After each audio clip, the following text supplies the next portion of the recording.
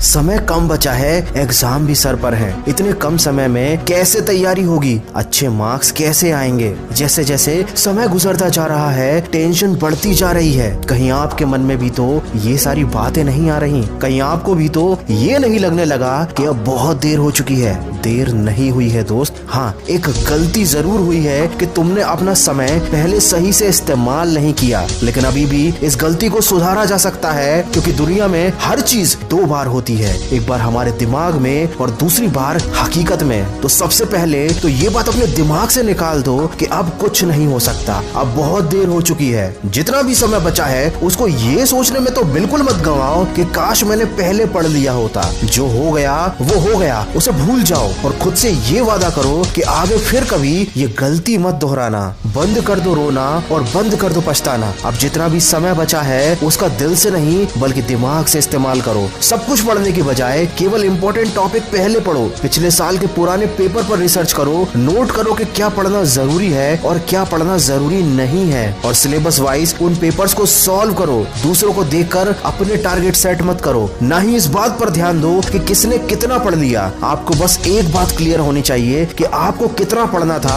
और आपने कितना पढ़ लिया। अगर पढ़ते समय नींद आए तो 5 मिनट के लिए घर की छत पर टहलने चले जाना और अपनी किताब जरूर साथ में ले जाना। मैं 100% गारंटी देता हूँ कि नींद भाग जाएगी। आप जिस भी टॉपिक पर कंफ्यूज हो रहे हैं उसको टिक करके अलग रख लीजिए। जब आपकी पढ़ाई खत्म हो जाए तो इस टॉपिक को इंटरनेट पर या अपने किसी बड़े भाई बहन या दोस्त से पूछ लीजिए, लेकिन उस टॉपिक के बारे में सोच सोच कर अपना टाइम बिल्कुल भी खराब ना करें। एग्जाम हॉल में जाने से पहले अपने किसी भी दोस्त से किसी भी टॉपिक को लेकर डिस्कस ना करें, ना ही खुद को जज करें, क्योंकि यहाँ आपका कॉन्फिडेंस लेवल गिर सकता है या आप कंफ्यूज भी हो सकते हैं। जैसे मोबाइल पर गेम खेलते समय जब तक गेम कंप्लीट नहीं हो जाता सारा ध्यान, सारी इच्छा शक्ति और सारा फोकस उसी गेम पर रहता है, वैसे ही ध्यान और वैसे ही फोकस अब पढ़ाई में लगाना है। चाहे नींद आए या तूफान आ जाए, नजरें किताब से हटनी नहीं चाहिए। लाखों में एक बंदा IAS बनता है, हजारों में एक बंदा अच्छी बॉडी बना पाता है, क्योंकि ये लोग दर्द सहते हैं, तकलीफ सहते हैं। इनका फोकस अपने लक्ष्य से नहीं हटता, इनका ध्यान आने वाले रिजल्ट पर रहता है, और तुम्हारा ध्यान भी आने वाले रिजल्ट पर ही होना चाहिए। कोयला भी हीरा बनने के लिए लाखों साल तक कई टन का दबाव झेलता है। कितनों की तकदीर बदलनी है, तुम्हें कितनों को रास्ते पर लाना है। अपने हाथ की लकीरें मत देखो, तुम्हें इनसे भी आगे जाना है। दोस्तों, चीज उतनी मुश्किल होती नहीं जितना हम उसे सोच सोच कर बना देते हैं। तो सोचना बंद करो, पछताना बंद करो। किसने कहा कि दुनिया में करिश्मे नहीं होते? तुम एक बार जी जान से कोशिश तो करो।